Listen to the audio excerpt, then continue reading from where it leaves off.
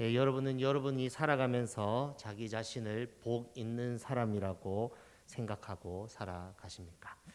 혹시 세상에서 없는 것 때문에 나는 복 없다라고 생각하면서 그렇게 살아가고 계시지는 않습니까? 세상에서는 돈이 많아야, 그리고 좋은 집에 살아야, 그리고 좋은 집에 시집가고 장가가야, 또 좋은 직장에 들어가고 좋은 학교에 들어가야 복이 있다고 합니다. 그러나 성경이 말하는 복은 이 세상이 말하는 복과 이 개념이 다릅니다.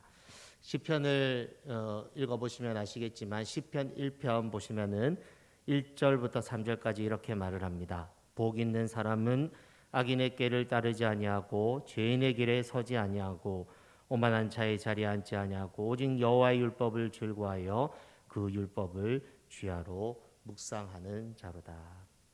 복이 있다는 것은 무엇을 가진 것에 있지 않습니다. 성경에서 말하는 복이 있다는 것은 악인의 길을 따르지 않는 상태, 그리고 죄인의 길에 서지 않는 상태, 오직 여호와의 율법을 즐거워하여 그 율법을 주야로 묵상하는 상태에 있다고 성경은 말을 하고 있습니다. 세상에서는 이 악인의 길을 가더라도 많이 가지면 이 복을 받았다고 합니다. 그리고 죄인의 길에 서더라도 다른 사람보다 위에 있으면 복을 받았다고 합니다. 그러나 성경에서 복이 있다는 것은 그것과 다릅니다. 성경은 분명히 복이 있다는 것은 악인의 길에 서지 않고 죄인의 길에 서지 않고 오만한 자리에 앉지 않고 오직 여호와의 율법을 즐거워하여 그 율법을 주야로 묵상하는 자가 복 있는 사람이라고 분명하게 말하고 있습니다. 시편 기자는요, 복 있는 사람의 마지막을 말하며 시편 1편 6절에 이렇게 말을 합니다. 의인의 길은 여호와께서 인정하시나 악인의 길은 망하게 되느니라. 이렇게 말을 합니다. 즉 악인이 세상에서 잘 되는 것 같지만, 복을 받은 것 같지만 결국 그 결과는 멸망이고, 의인이 이 땅을 살아가면서 고난 받는 것 같고 힘들어 보이고 사단의 공격으로 인하여서 연약한 삶을 살아가지만 그 마지막은 하나님께서 인정하는 삶이기 때문에 복 있는 삶으로 결론 맺게 되어진다고 성경은 이야기하고 있다는 것이지요. 사랑하는 여러분, 어떻게 보면요, 하나님의 말씀, 예수님의 길을 따라가는 이 삶은 좁고 협착한 길입니다. 어둡고 외롭고 쓸쓸한 길입니다. 그러나 기억하시기 바랍니다. 이 길 끝에는 주님이 계시고 하나님의 말씀에 따라 악인의 길에 서지 않고 죄인의 길에 서지 않고 오만한 자의 자리에 앉지 않고 여호와의 율법을 즐거워하며 그 율법을 주야로 묵상하는 자가 복 있는 자임을 기억하시기 바랍니다. 즉 하나님의 말씀을 지키는 것 때문에 고통받지만 하나님의 말씀을 지키는 그 자체가 복이고 하나님으로 인하여 사는 삶이 복임을 우리는 기억해야 된다는 것입니다. 오늘 본문을 보면 시인은 자기의 삶에 하나님을 가까이 하는 것이 복임을 깨달았던 것을 볼 수 있습니다. 시편 1편과 같이 시인은 하나님의 말씀을 가까이 하고 그 말씀을 묵상하며 그 하나님의 역사하심을 체험하며 또한 기대하며 사는 사람이 오늘 시인이었음을 본문을 통하여서 볼 수 있습니다. 그래서 4절 말씀에 이렇게 말을 하지요. 주께서 택하시고 가까이 오게 하사 주의 뜰에 살게 하신 사람은 복이 있나이다. 우리가 주의 집 곧 주의 성전에 아름다움으로 만족하리다. 시인은 분명히 주께서 택하시고 또 가까이 오게 하사 주의 뜰에 살게 하신 그 사람은 복이 있다고 말을 합니다.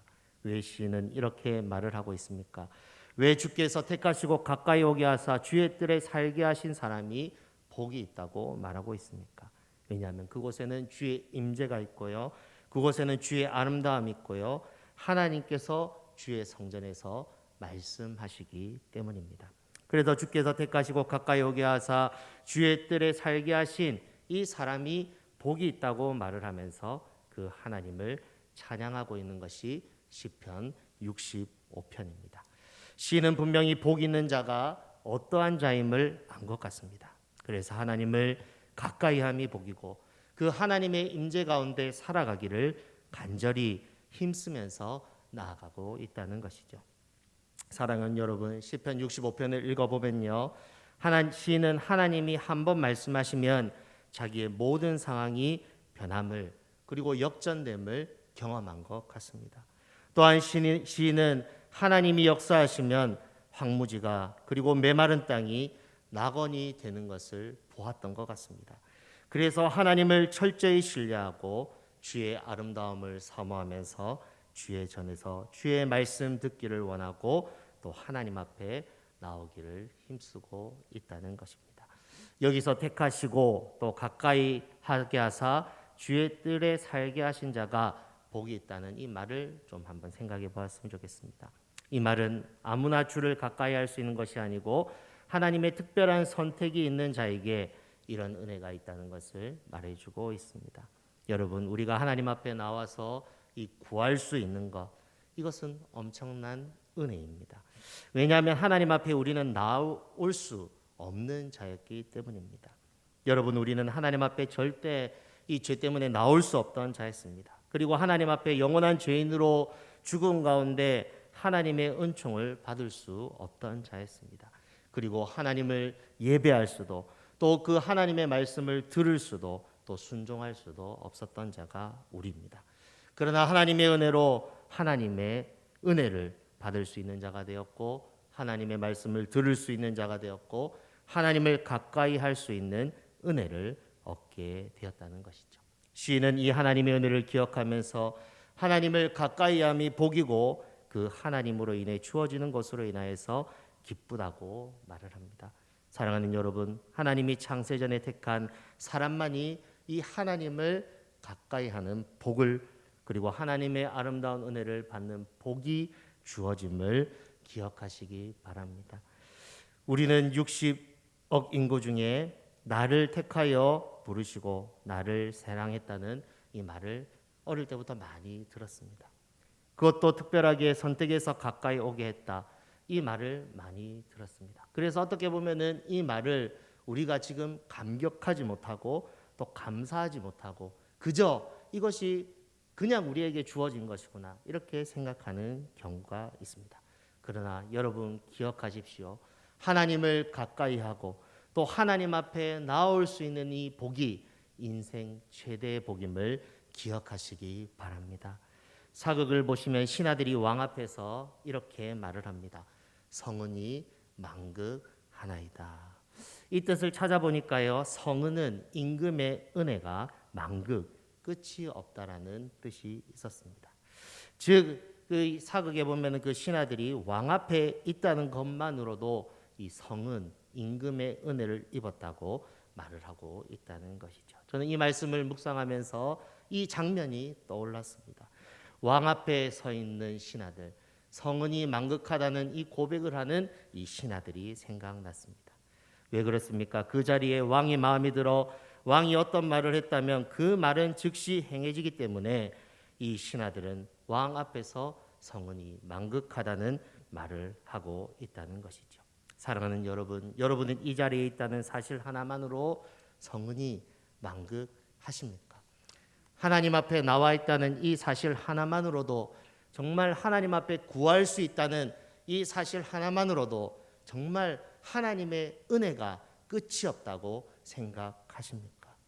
여러분이 이 자리에 있다는 것 그냥 와야 하니까 안 오면 좀 찝찝하니까 안 나오면 무슨 일이 생길까 봐 이 자리에 앉아 계시지는 않습니까? 우리는 우리가 어떤 자리에서 하나님의 택하심으로 구원받았는지 기억하고 하나님 앞에 가까이 나왔다는 사실 하나만으로도 하나님께 감사와 찬양을 올려드려야 된다는 것입니다. 시인은 이 은혜를 알게 되었기 때문에 12절 13절 말씀처럼 기쁨으로 띠가 띠고 또 즐거운 찬송과 노래를 하나님께 부르면서 하나님 앞에 나아가는 것을 볼 수 있습니다. 사랑하는 여러분, 시인은 하나님을 가까이 함이 얼마나 큰 복임을 깨달았습니다. 그리고 마음속 깊이 그 하나님을 기억하면서 그 은혜에 감격하였습니다.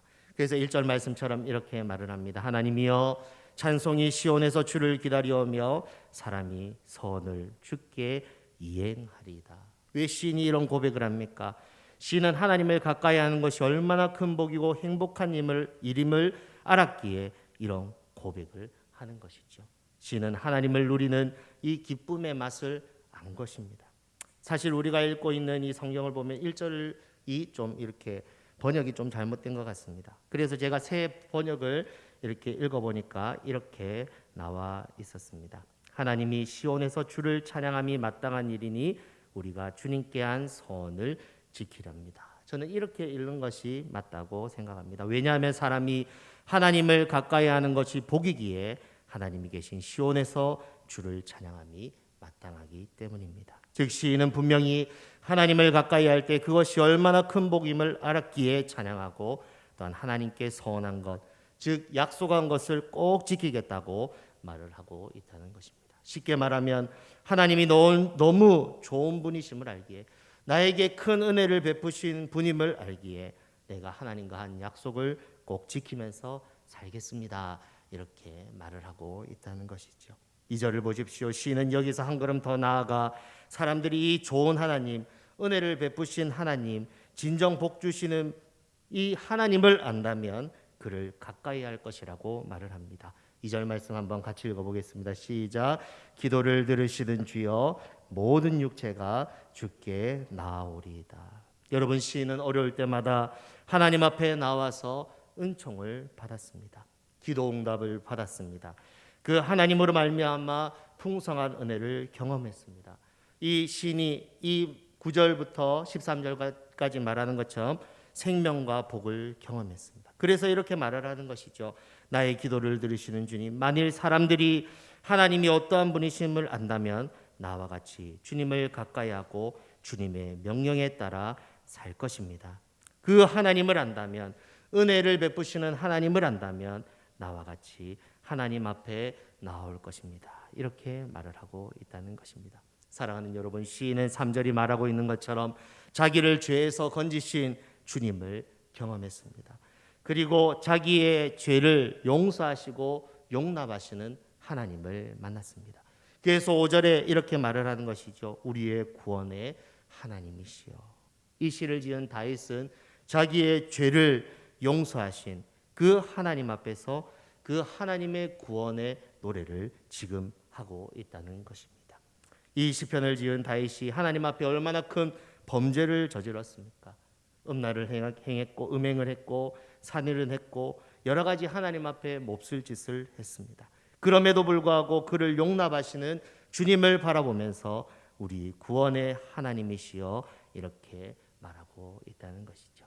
이 성경을 읽어보면요, 이 다윗이 얼마나 이 큰 감사로 하나님 앞에 나아가고 있는지 모릅니다. 시인은 하나님을 가까이함이 얼마나 큰 복이고 자기가 하나님을 가까이 할 수 있다는 이 자체가 얼마나 큰 은혜인지 고백하면서 감격과 감동의 노래를 하고 있다는 것입니다. 계속 6절 말씀을 보시면 시인은 그 감격을 하나님의 권능의 초점에 맞추고 있습니다.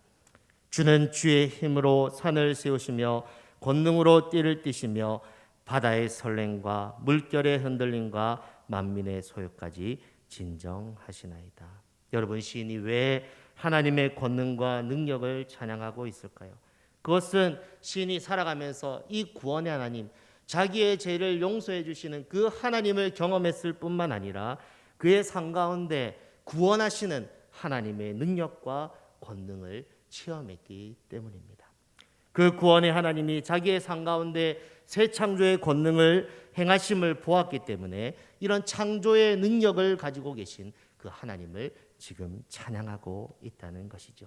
시인 다윗은 우리가 계속 살펴보고 있듯이 적들의 공격 속에서 여러 가지 상황 속에서 힘들고 어렵고 약해지고 지치는 이 경험 가운데 하나님을 가까이 하니 구원의 하나님 그리고 권능의 하나님 새 창조를 일으키시는 하나님을 만났습니다.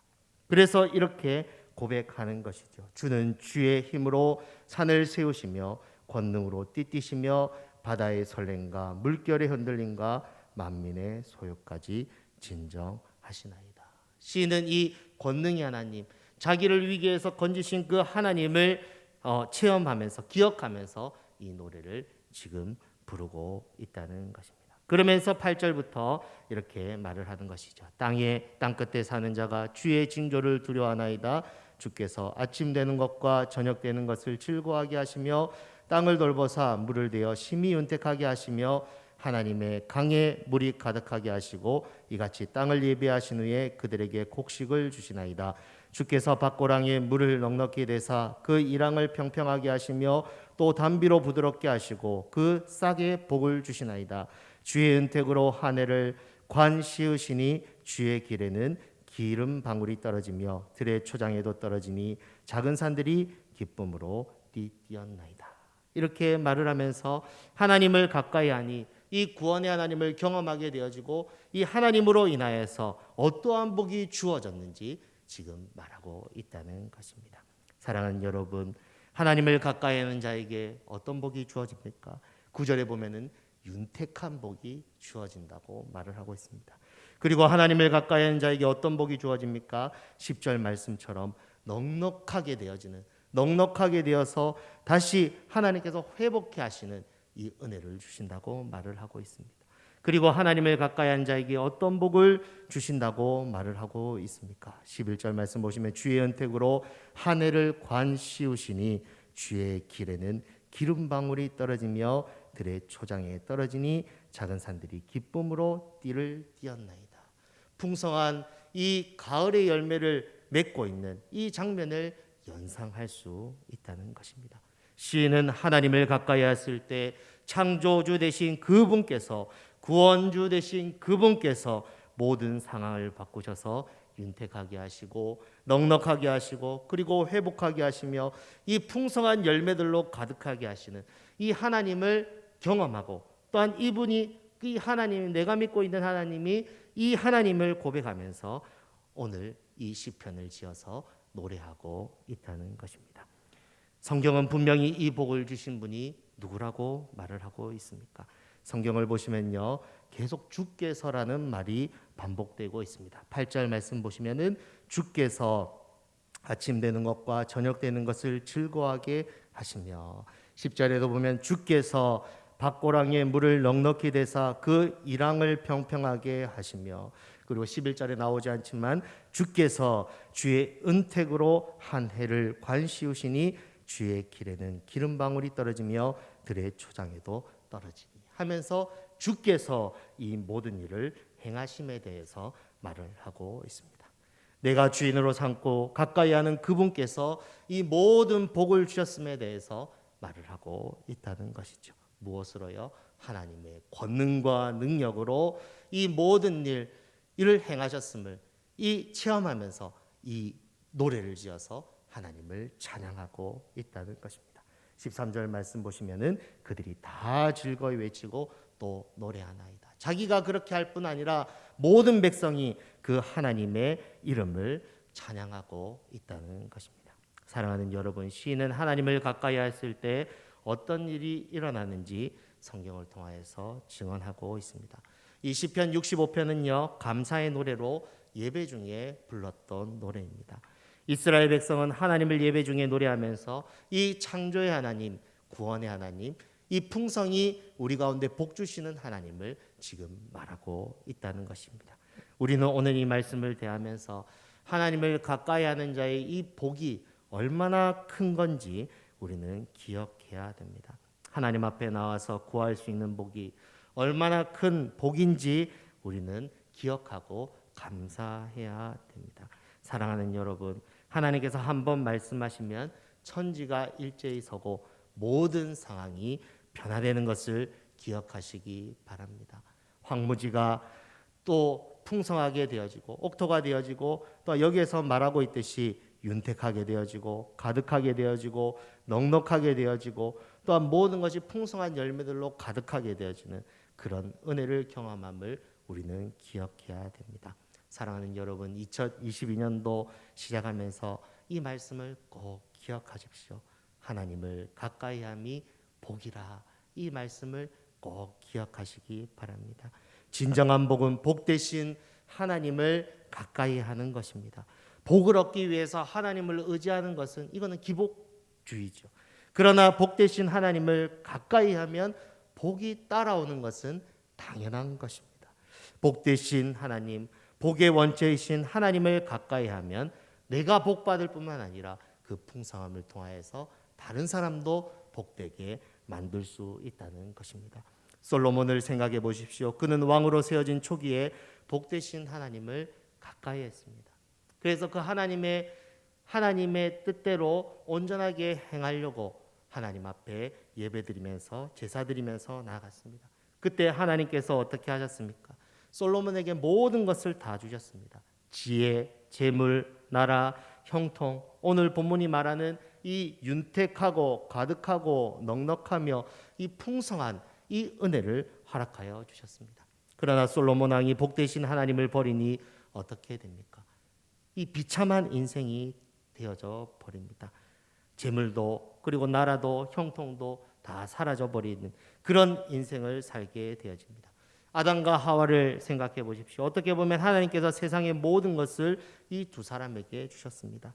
그래서 그 안에서 행복을 누리면서 살도록 하셨습니다. 그러나 하나님을 가까이 하지 않고 마귀를 가까이 하고 그의 말을 들으니 어떻게 되었습니까?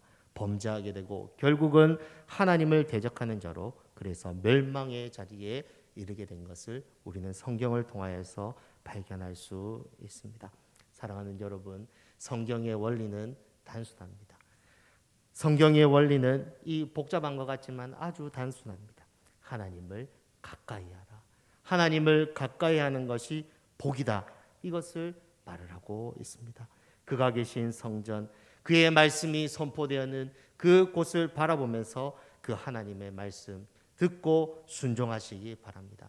그러면은 복은 따라오게 되어지고 우리가 2022년도에 윤택하고 가득하고 넉넉하며 풍성한 열매들로 13절이 말하고 있는 것처럼 그들이 다 즐거이 외치고 노래하는 일들이 생기게 될 것입니다. 여러분은 하나님을 가까이 하고 계십니까? 복되신 하나님 앞에 나오는 것이 여러분의 기쁨이 되십니까? 4절 말씀처럼 하나님 한 분만으로 만족하면서 주의 성전의 아름다움으로 만족하면서 그 하나님의 임재 앞에 나아가기를 힘쓰고 계십니까? 혹시 새해를 시작하면서 이 얼마 지나지 않았지만 이 결단했던 마음들을 잃어버리고 혹시 하나님을 잃어버린 채 이 세상이 추구하는 복을 따라가고 계시지는 않습니까? 하나님을 가까이 하십시오. 그것은 인생 최대의 복입니다. 그러면 복되신 하나님이 새 창조, 새 일을 이 해에 허락해 주실 것입니다. 야고보서 4장 8절은 이렇게 말을 합니다. 하나님을 가까이 하라. 그리하면 너희를 가까이 하시리라. 죄인들아 손을 깨끗이 하라. 두 마음을 품은 자들아 마음을 성결케 하라. 기도하겠습니다.